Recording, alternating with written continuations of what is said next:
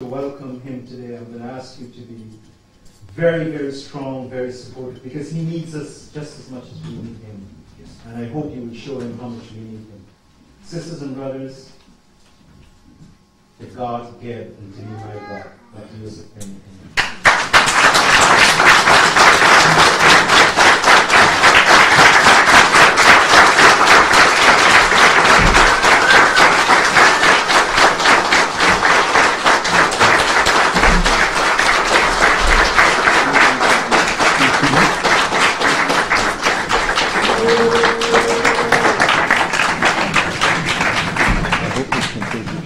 Yeah.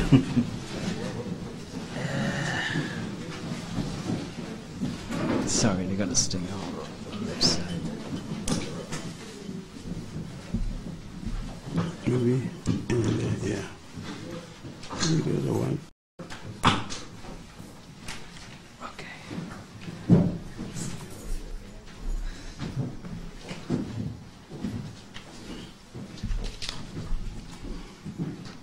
First, I must say good afternoon to you and try to speak to you in deliberate terms. I've just returned from Africa Friday, and I excuse me for not pronouncing Africa the way you may do, but then you're a little more articulate than I am. So I only have one way to say Africa, and that's the wrong way.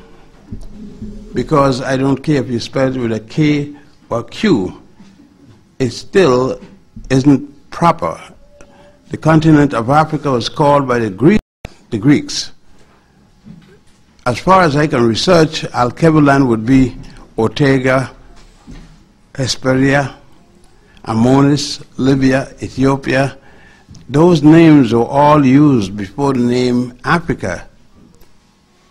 So I will say that for everyone using them, he or she must have had his particular reason for using them towards the continent.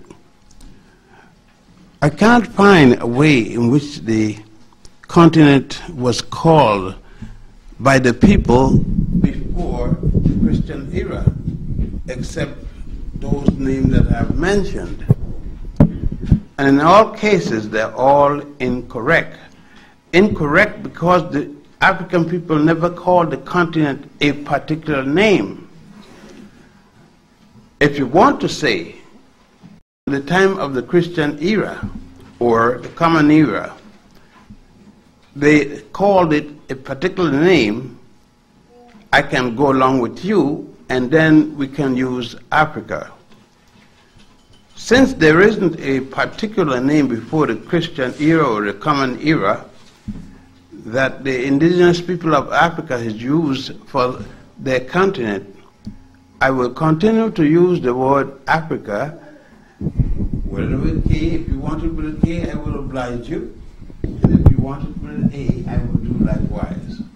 In either case, you're still wrong.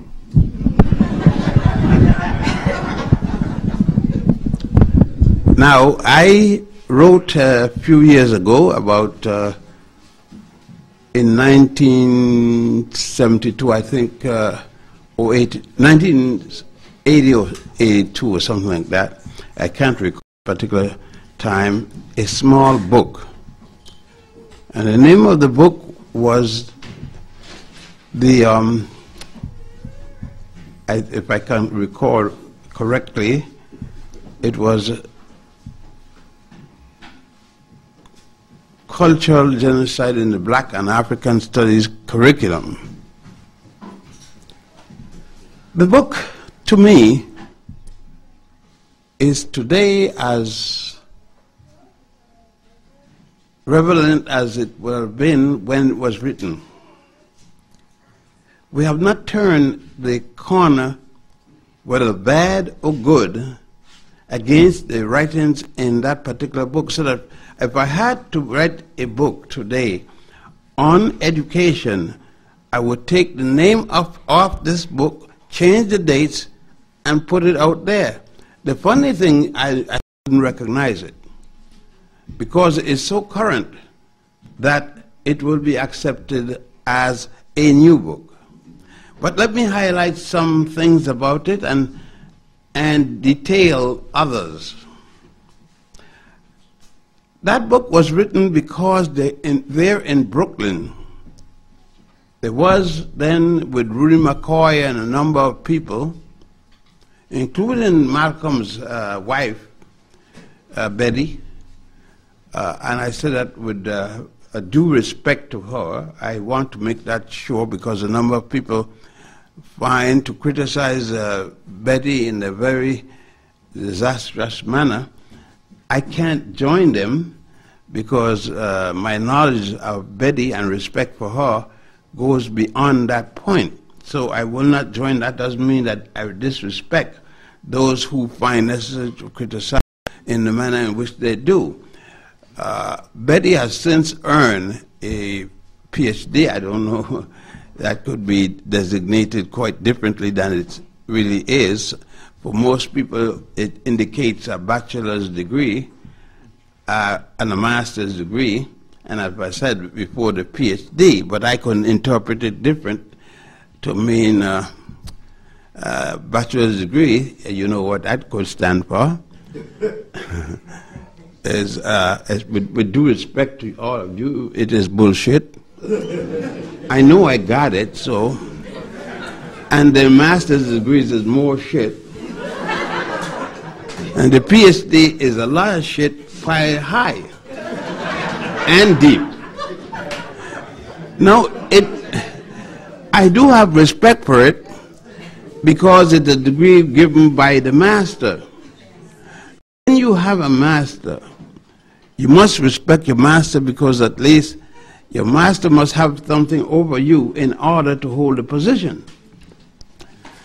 Nevertheless, although we are the best dressed up slaves you've ever seen, we are that. I mean, you would detest hearing that you are slaves, but then what are you? By virtue of how we submit ourselves and who rules us, we must be slaves. If we want slaves, we will not be ruled by so many white people. And it doesn't matter if they're Jews, Christian, Catholic, atheist, or anything. Let's deal with reality. We are on the plantation. And it is a very comfortable plantation for some of us, and for some of us it isn't. Talk about classes.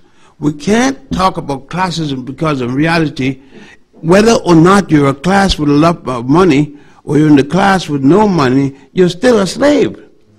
So rather I don't know how you could boast because a car or a better house or whatever, that you have more than the other person like you, black I mean, you cannot boast of your class. The slave is just like, I think that Alex Haley wrote a book, if I am not mistaken by his name. It's called Roots or something. I don't know where he had this roots because I don't know how they can trace the name Haley back to Africa. He said that he had traced his ancestors and a bunch of white folks from Ireland back the west coast of Africa, and I want to know when did they got born in Africa. But Haiti was better than I must say that, because I can't trace my people to Staten Island, and he was able to trace them there. So I pick up my roots back to anywhere that black people live. But in particular, I will trace them back to Africa. But knowing how silly it sounds for one group of Africans to be telling another group of Africans, I am more African than you. It used to be a time, and I must admit this, one of the errors that Mr. Garvey made. And you know, some people, we speak of Mr. Garvey as if he didn't make errors. He made blunders, major ones. One of the things was to cause a fight between a black-skinned person who was light and black skinned people